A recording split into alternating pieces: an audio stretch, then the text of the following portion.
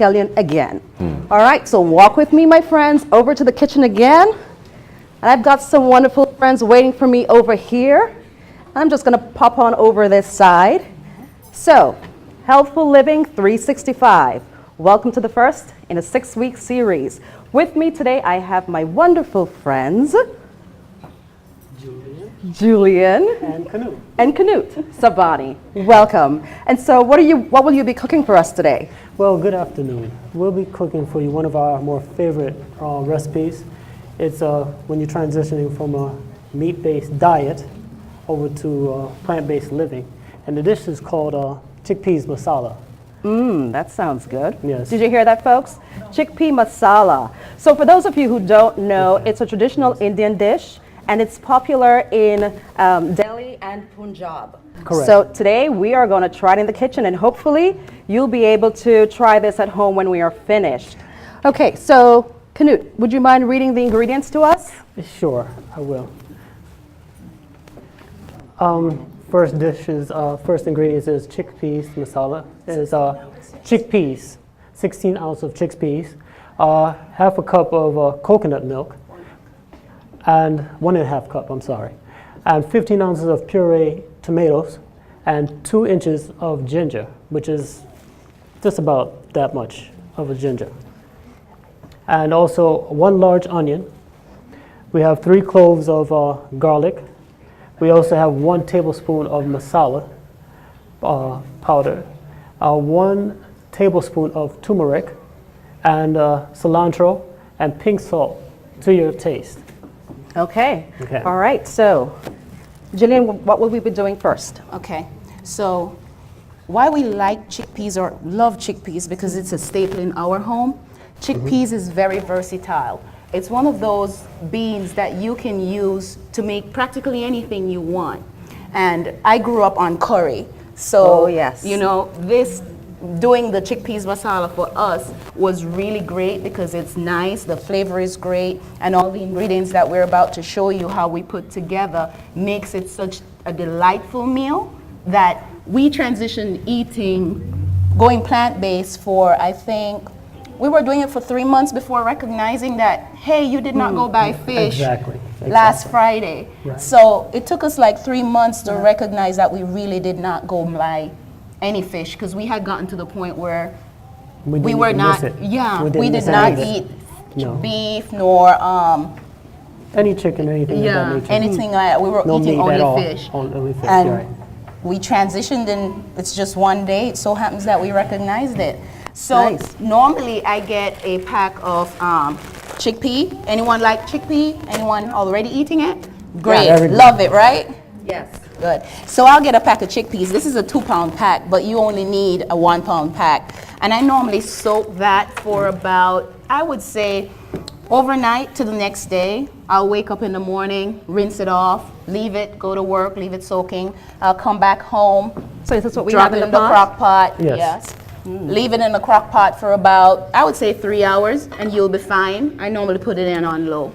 And one of the things I do with my chickpea in the crock pot is that I'll put the measure of salt. Instead of using the whole tablespoon, I'll use half a tablespoon in the crock pot. Let it simmer in that salt to, marinate it, make it really flavorful. Nice. And sometimes I'll even put half of the coconut milk in the crock pot too, because that coconut milk, that flavor. Now, for those of you who've never tried coconut milk in any dish, you should try it. Yes. I'm Jamaican. Coconut milk in anything that we eat is a staple. It's divine. Okay? So, you all go home now, put some coconut milk in your food. Excellent. So this is what your soaked chickpea will look like. So can I feel it? Yes.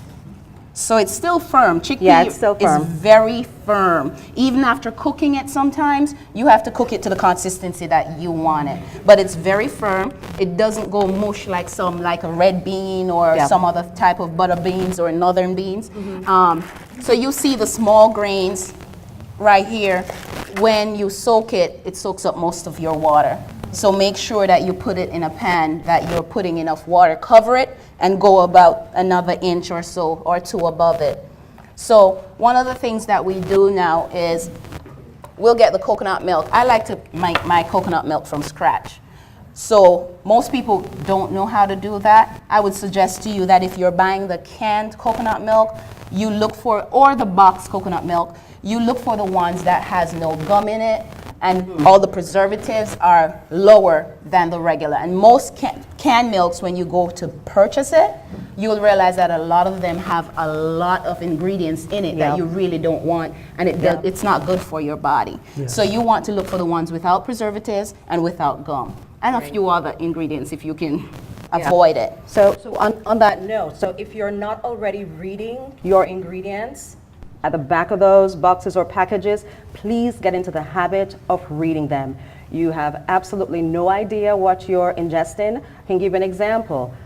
I went to buy vegan whipped cream with my family, and when I was reading the ingredients, I said to my son, he said, "Mom, what's in it?" I said, "Soy, something, something, nitrous oxide." I love it. So you don't know exactly what you're consuming until you read the ingredients list on your packages. So read before you buy. Okay. So one of the things about coconut is that it has a very high calcium content. So this is a great substitute for regular milk, because we know that the cow really doesn't give us that calcium that we really need. So since the cow doesn't drink from us, we don't want to drink from the cow. So this coconut milk, when you cook with it, the flavor, you don't have to use oil. Some people cook with vegetable oil. That's not good for you either, because that's coming from canola oil or rapeseed oil, as they call it. So you don't want to use that. If you can substitute your oil and transition from the vegetable oil that you're used to, try that coconut oil. It is beautiful. Yeah. And also with coconut, one of the things we learned about coconut not too long ago was that in Angola, there's a community in Angola that they use every single part of the coconut, from the husk to the shell, to the flesh, to the water. Everything has its use. So God has given us every item on this earth to use to sustain us. Okay. What else do we add in the pot? Oh, I'd like to add with the chickpeas, the nutritional value of it. It also has is good for protein, high in protein. It's high in fiber and manganese, which is good for your bones, and also calcium, which is very good for you. And go ahead and add what else you want to add to it. So tomatoes. I buy organic tomatoes, of course. And tomatoes, there's a lot of us who are low in copper. Tomato is actually high in copper, and it's a good source for getting copper. Niacin. I know my mom at some point was low in niacin, and when I realized that tomatoes was high in niacin, I was like, wow, look at that easy substitute we could have had instead of buying over-the-counter niacin, which is formula made in the pharmacy just for, it has a lot of filler in it, a lot of powders and things that we don't need. So we also have B6 in our tomatoes. So ensure that when you're buying your fruits and vegetables, when you're buying in the supermarket, they always recommend stay on the outer aisle.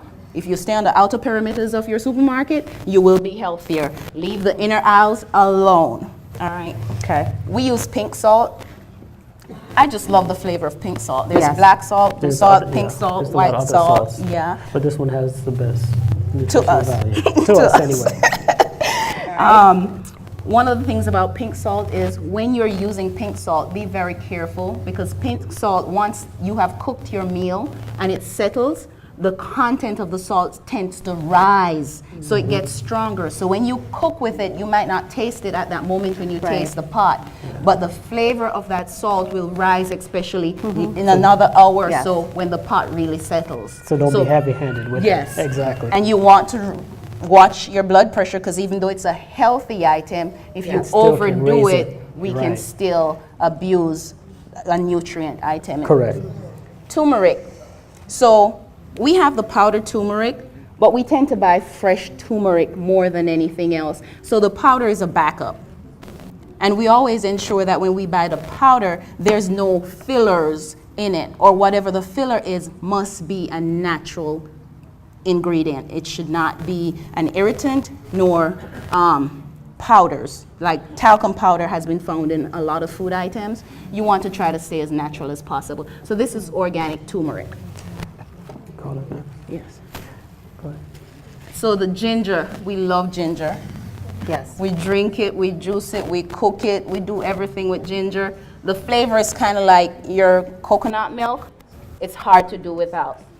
If you're not used to using ginger, don't beat yourself. Use your pointer finger and measure. That's almost an inch. So you know you can use that to get your 2 inches or use 1. Get familiar with the root, and once you're familiar with it, then you start modifying your ingredients To your to match taste. your Could flavor. be to your taste. Some people like it more.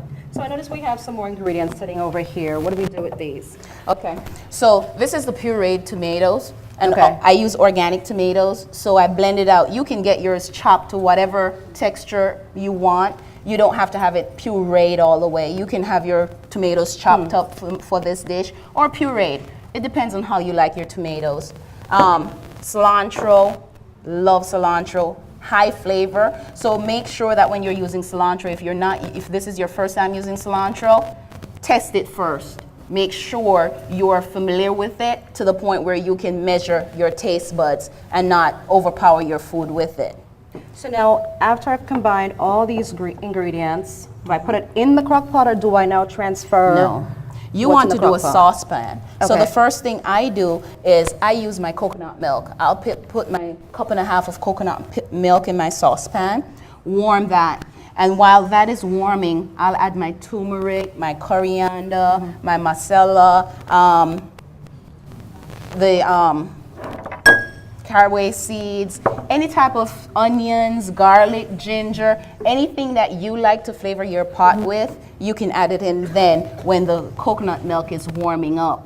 Now, let that simmer for about 5 minutes, then you add your tomatoes in, whether you chopped, pureed, or however you like your tomatoes. Let that simmer for another 5 minutes. So this dish is very easy. It's not a hard dish. No, it isn't. And it finishes in maybe about 20 minutes or so. Okay. But the preparation processes might be a little bit longer. Correct. Okay. So once that simmers, you're waiting to put your chickpea in. So you would drain your chickpea from the pot. Don't throw away your aquafaba if you don't want to. And why is that? This right here is margarine, which is not good for you. A lot of people still use margarine in baking. You don't have to use margarine, especially if you're looking for an egg wash. Aquafaba is a good egg wash for your baking, for biscuits or anything to that effect. I've even seen one individual use the aquafaba, whipped it to the point where it looked like egg whites, and use that to fold into an omelet to Okay, make so a breakfast omelet. I'm sorry, I'm going to ask a kindergarten question. What is aquafaba?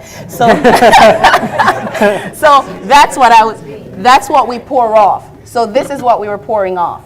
This is your pour off. So Got when it. you pour this off, this is it. Ah. From the chickpeas. chickpeas. So that's yes. all the goodness from the chickpea. That's Right. right. Some of the That's nutritional right. values Very that's good. stored from it. I So learned something. once you do that, you have leftover aquafaba or your chickpea water. You don't have to throw it away. Save it to use for another time. A lot of times I'll use it to make soup in Yeah. another dish. So we transition what we have. We don't just toss it out because you know when you cook it, you're still losing some of your nutrients. So keep that nutrient and use it back in another dish. Integrate it. Personalize your food when you're making it, especially when you're transitioning, because you want to make sure you're enjoying it. So don't just cook what you see on an ingredient. Think about how you can make that meal your meal. Use the ingredients you're used to, the ingredients your mom might have taught you to use. Integrate them into your dishes and personalize your dishes. So once you add your chickpea in, the chickpea itself, you will let that simmer for, I would say, 5 to 7 minutes. It depends on your burner or what temperature you're cooking on. Let that simmer for about, I would say, 5 to 7 minutes. Integrate it, turn it in, and once you've done that, you will, want to grab that for us? Yes. Okay. Go ahead and So get friends, this. we have a finished dish Yes, to we show do. you what it looks like. Yes. Okay. There you go. So you want to, it will serve about 5 people. So you know you can add to your dish if you want to. If you know your household is more than 5, then you increase the ingredients on your recipe. And once you do that, serve it up on a platter. I like mine with lettuce. I like mine on a bed of lettuce, so I always have some lettuce. That's my meal. Can you? Also, I like to add, it can be served with kamut or quinoa, couscous. These are all grains that substitutes for rice. Very healthy dishes to add to. Even still, you could even add it for like lunchtime. Put it on a pita bread. But top it with whatever you want to top it with, whether it's lettuce, onions, tomatoes, anything like that. You know, so it's a dish that you could have any time of the day. Very versatile and very nutritious for you as well. And at this point, I'm feeling kind of hungry myself. Yes, so please. So while we share our own, we'll go ahead and have our team assistants back there share out for you and give to you what we're going to eat up here. Okay? Would you mind if we use bigger? No, not at all, not at all. So, who in here will be trying this dish? Nice show of hands. Great. Great. I'll tell you, we love this dish. Canute. Yes. Yes, These are too small. Yes, thank you. Okay. Okay, there you go. Thank you, sir. No problem. Oh, no, ma'am. Sorry. Here you go. Thank you very much. Where's mine? And our team is going to be bringing you samples so that you can actually taste I've been waiting for this the part all final day. dish. And it smells good. It does. It really does. Really does smell good. You can smell the turmeric in this. So one of the things you can do is if you start that onion, that green onion, you can actually use that green onion in this dish. So it's very transitional. And when I say it's versatile, our friend Cherise, who showed you with her husband some of the planting earlier, they also use that to make a chickpea tofu. So you can actually use the chickpea to make a tofu, and it is great. So use that chickpea, make it yours, transition it, and you don't even have to make the masala. Use the chickpea to make a stew. Do different things with it. Make it yours. Enjoy. Like we said, it's very versatile. You could do it on a lot of different things. I'm sorry. It's mouth's full. I am so sorry. But it is good. Once again, I'm so sorry for our friends online, at home, but this is delicious. It is. It I'll tell you really right is. now, you can taste the coconut milk, you can taste the turmeric, you can taste all the seasoning. It's not overpowering, and the chickpea is very soft. Excellent work. Thank you, my friends. Thank you. Thank you. Over to you, Andrew. It's mine.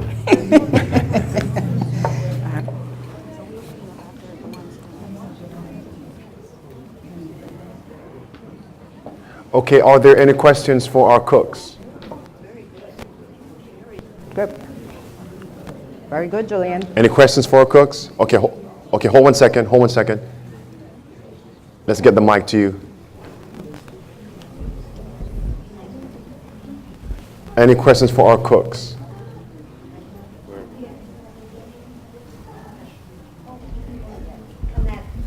No, I just wanted to see the whole list of the ingredients, or are you going to give us a copy of the Okay. recipe? Okay. Off the ingredients? Okay.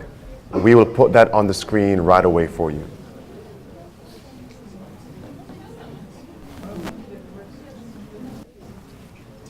There you go.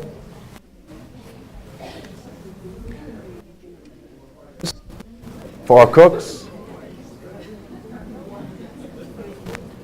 Okay. So one person asked, can you freeze the liquid from the beans? You surely can. I've never tried whipping it after freezing it, but I've surely used it to make soup like the very next week, or just blending it into something as a vegetable stock. Because I put onions and garlic in it sometimes too, so I can use it, yeah. I'm following my nose. So I definitely use it as vegetable stock. Smells good. This is the first time I've ever eaten something like this. I like it that you did not overdo the ginger. Yes. Because ginger is hot. I don't like things burning my mouth. But this would be good topped with a lot of chopped onions. Yes, It'd be yes, very, very, it's delicious. Yes. Very good. Okay. A hand is in the back. pass it for me. Mike, all the way in the back. Oh,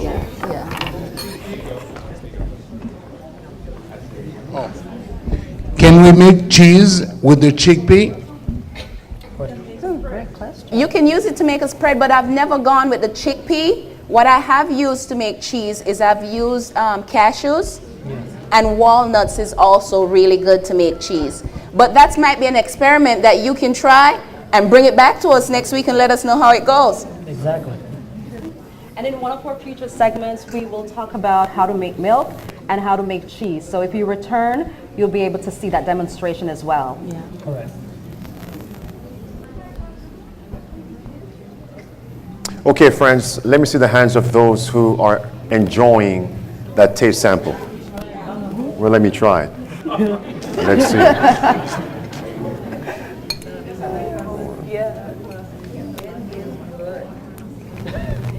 Yes, it is good.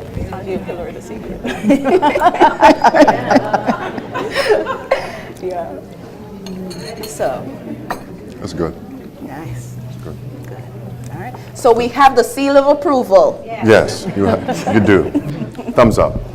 All right. Well, enjoy. Any more questions before we go? One person. Now, are we gonna get written? Is it put out in written form, or did we just take it down and remember how to do it? Yes. What we can do is, if you come back next week, we can make you copies so that you'll have it. We'll definitely make some handy for you. Let me see the hands of those who plan to return on next Sunday. Okay. Okay. Excellent. Okay. Have you forgotten your homework? No. Okay. All right. Will you invite someone next Sunday? Okay. A question? Question. Concerning the question I want to ask is organic, the food that is organically grown. What about seedless grape, Okay. Come on up. which is GMO but organically grown? Let's bring the gardeners up. Jose and Charisse.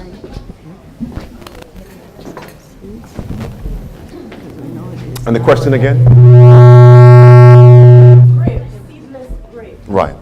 but it's organically grown, and made by organic, I believe it's wholesome. Yes, that is a. Can you hear me? Yes. That's an excellent question. Now, we didn't get into GMO as much or hybrids. And so what you're talking about is actually a organic hybrid. And so what that means is that the seeds have been pollinated in a way where one type of whatever fruit it is, grapes in this instance, one type of group of grapes is mixed with another, and they're cross-pollinated, and they have produced this seedless variety. And so that's what you're eating. It's actually a hybrid of the two. But we don't recommend eating it because we know what the Bible says, because seed the is not in it, then we should not eat it. And we find a lot of that in our supermarkets now. And it's strange because I went to the store and I was looking for seeded watermelon. And that is something that is very hard to find. And I asked somebody, do you have any seeded watermelon? And a lady looked at me, she's like, no, we don't want any of that because it's easier. Well, it's easier, but it's also harmful because we realize that they're messing with the food that we're eating so that it reduces the growth, the development of the seed. While it's not GMO, they do sell, as Jose said, organic hybrids. And we find that those seeds, those produce, we cannot do anything with it. And we look at it in that the supermarkets, they don't want us growing our own food because they know we're going to try to plant those seeds from the watermelon or the grapes. But those, we don't have seeds, so we cannot grow. So then we're going to be constantly dependent on the store for food because if we have no seeds, we cannot grow. So the seedless variety has become popular because it makes it, like she said, easy for the consumer to go out there and squeeze your orange and not have to worry about picking out the seeds, or eating the watermelon and not have to spit out any seeds. That's right. Exactly. It just is consumer friendly, as you were. And so because of that, they sell more of these.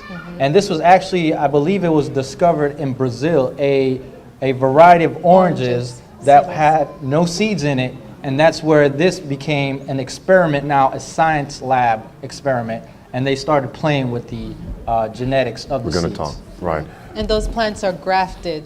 Right. Majority of those oranges, they're grafted, so they will not produce seeds for you to plant that same variety. They'll just graft that onto another stronger rootstock, so you'll always have a consistent supply of seeded fruits. In the future, we'll be talking more about that and looking at the great controversy surrounding that. At this time, we are going to close at this time, and by God's grace, we will return on next Sunday. Before I offer the closing prayer, did everyone fill out a card when you walked in? Okay. Who did not fill out a card? Because we want to stay in touch with you just in case we have to send out information. Okay. And again, if you have any questions specifically regarding the gardening instructions, then you can email us and we will promptly respond to you. All right. So at this time, those of you who are local and those online, let's bow our heads for a word of prayer at this time.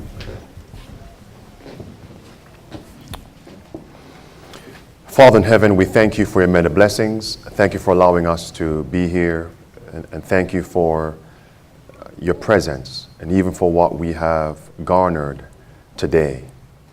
We know that what you have given to us is worth more than silver and gold. We believe that. We believe thousands of people out there need this information. And not just the theory, but they need also the practicality to prepare for the coming great food crisis, growing our own food. And not only the physical crisis of food, but the spiritual crisis. A great famine is coming. Take us from this place safely. Bring us back on next Sunday according to your will. And be with those also who joined us online. We thank you for blessing us. We love you. Save us, we pray. In the name of Jesus Christ. Amen. All right, friends, at this time, we are dismissed.